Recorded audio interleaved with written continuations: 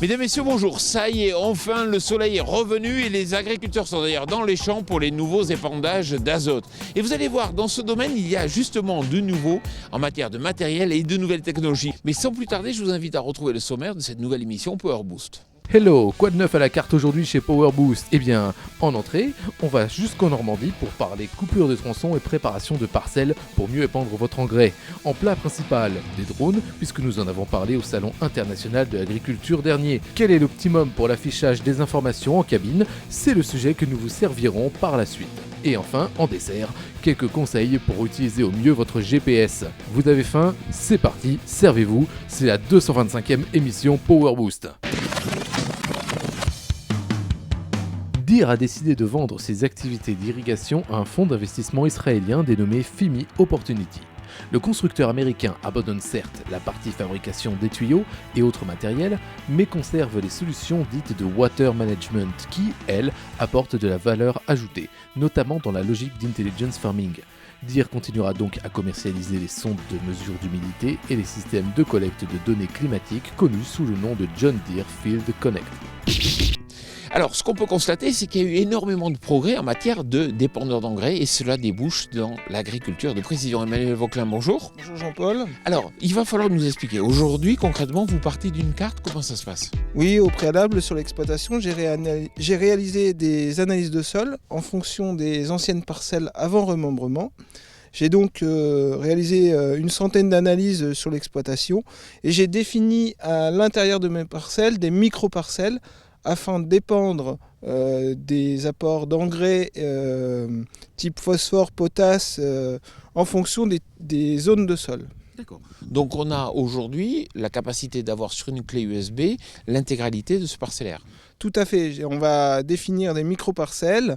C'est dans la clé USB, on va l'intégrer dans un écran au sein du tracteur qui va piloter le semoir à engrais afin d'épandre différentes doses dans la parcelle. Alors ce qui manquait jusqu'à présent, c'est des matériels capables de faire de l'apport modulé.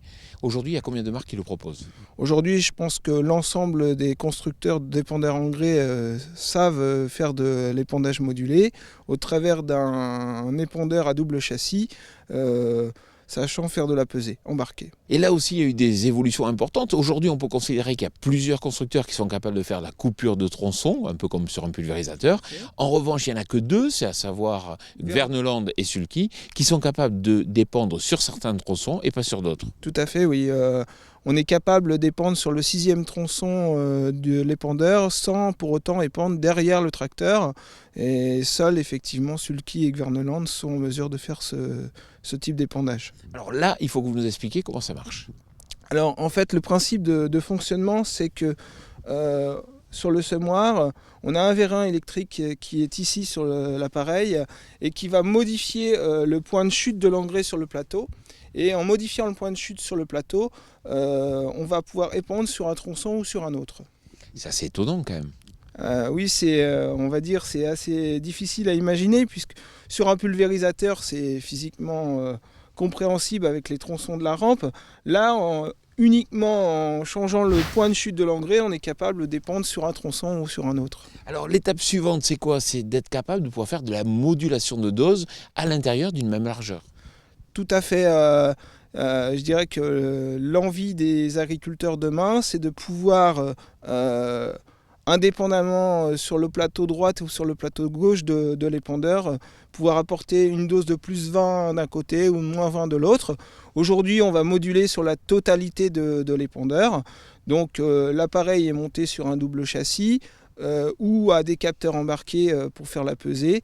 Et on va, au travers du vérin électrique arrière, modifier la dose à appliquer au sein même de la parcelle. Tout ça est bien évidemment en lien avec le récepteur GPS qui, lui, est détenteur d'une carte de préconisation de dose et qui va envoyer l'ordre à l'épandeur de mettre 100 kg à un endroit.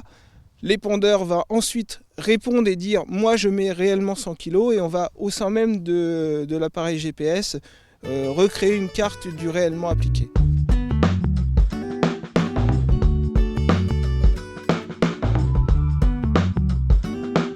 Où souvenez, il y a un an, vous avez fait découvrir le drone de la société Airinov. Vous avez certainement entendu la semaine dernière que la société Parrot, une société grand public, avait investi 1,6 million d'euros dans cette société. Et vous allez le voir, il revient avec un nouveau drone. Ce robot, Romain, il faut nous expliquer comment il fonctionne. En gros, comment concrètement il peut être mis au service de l'observation pour l'agriculture. Alors, il est mis au service de l'observation pour l'agriculteur, d'abord dans les mains d'opérateurs de chez Airinov, qui jusqu'à présent devaient avoir des compétences un petit peu en ingénierie pour la programmation et la partie réglementaire de l'opération avec le drone. On est arrivé à un tel niveau d'automatisation et de simplification d'usage que les parties très sensibles en aéronautique qui sont liées aux problématiques de facteurs humains quand on a des aléas, c'est en particulier l'atterrissage. Grâce à ce nouveau modèle, l'atterrissage est rendu totalement automatique, totalement sécurisé.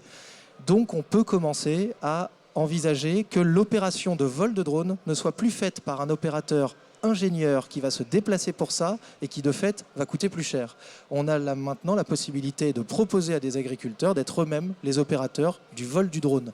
Airinov en reste les spécialistes de ce qui est compliqué et de ce qu'on a nous détecté depuis 2 ans comme étant les accessoires autour du vol du drone pour lesquels il y a besoin d'outils, de choses un peu clés en main.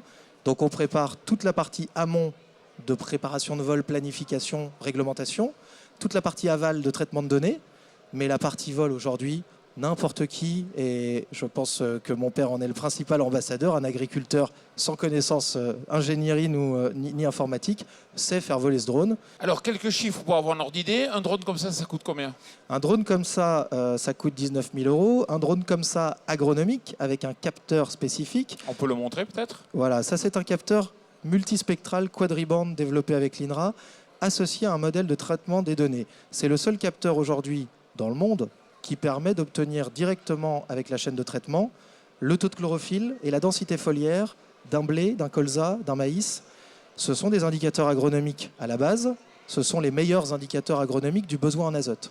Donc ce drone, il va servir à des notateurs pour leur suivi d'expérimentation parce qu'ils vont pouvoir faire de la big data agronomique avec un outil clé en main. Et ils vont servir, parce que je suis un fils d'exploitant qui s'est toujours dit que certes, si ça servait aux chercheurs, ça pouvait aussi servir aux exploitants. C'est le même outil qui, en volant plus haut et plus vite, peut faire la même chose avec une résolution dégradée. Quand pour un chercheur, on travaille à 5 ou 15 cm, pour un agriculteur, on travaille à 30 cm ou 1 mètre. Et ça suffit. C'est donc principalement dans le capteur que toute la richesse de ce package se situe. Et ce package complet, formation comprise, est vendu à 26 000 euros. Je suis un agriculteur, je suis une coopérative ou un négoce, je fais l'acquisition de ce drone, il faut que je passe quand même un certificat. Oui, pour pouvoir le piloter, très simple, effectivement, encore heureusement. Et à partir de ce moment-là, ce drone, on va lui télécharger un plan de vol sur combien d'hectares? On va lui télécharger plusieurs plans de vol sur environ 3000 hectares par cycle culturaux, 3000 hectares en colza. Sans doute plus en blé, parce que maintenant on va se frotter à la dimension des déploiements blé dans des conditions d'éclairement beaucoup plus larges que ce qui se trouve être le cas en colza. En colza, on vole de 9h à 16h. En blé, on va pouvoir travailler plus tard, donc on pense pouvoir atteindre les 5000 hectares en blé par drone. On le lance à l'air, il monte à la hauteur de 150 mètres, c'est ça toujours? C'est ça, toujours un peu en dessous. Mais un peu en dessous, il va se positionner à l'angle d'une parcelle et il va commencer son travail. Même s'il y a un coup de vent, c'est pas grave, il va se repositionner. Où est la dernière photo correcte qu'il a prise? Il fait son travail et il réatterrit tout seul?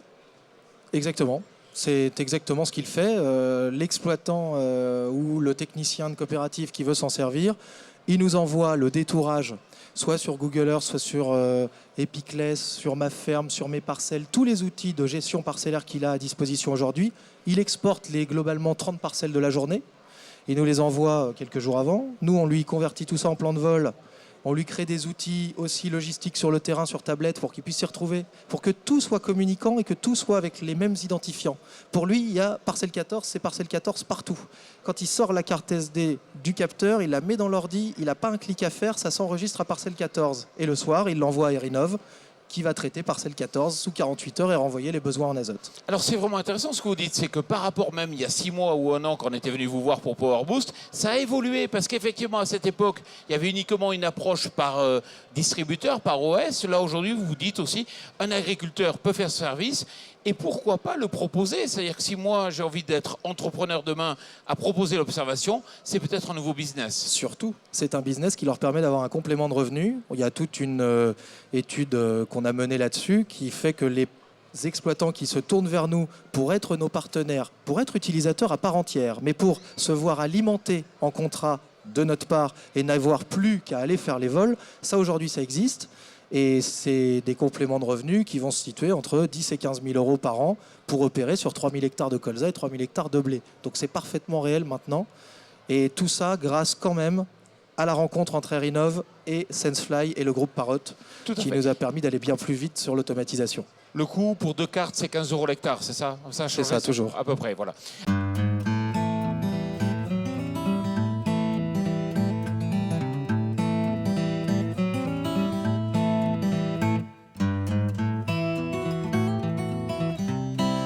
Alain Combe, bonjour. Bonjour, Alors tout se passe bien pour l'épandage? très bien. Bon. Alors vous savez, il y a quelques années, on imaginait qu'on aurait une seule console dans la cabine où il y aurait tout de concentré comme information. À votre avis, il faut plutôt un ou plusieurs écrans? Pour l'instant, je pense que c'est mieux 2 écrans, un pour la gestion du guidage et de la parcelle et un pour le propre pour le semoir. Et puis, est-ce que vous imaginez comme demain d'avoir peut-être sur le pare-brise, et on l'a déjà sur certaines voitures, toutes les informations qui viennent s'afficher? Peut-être, c'est avec le futur, peut-être. Pour l'instant, je ne sais pas encore. Merci beaucoup et bon boulot. Merci bien, au revoir.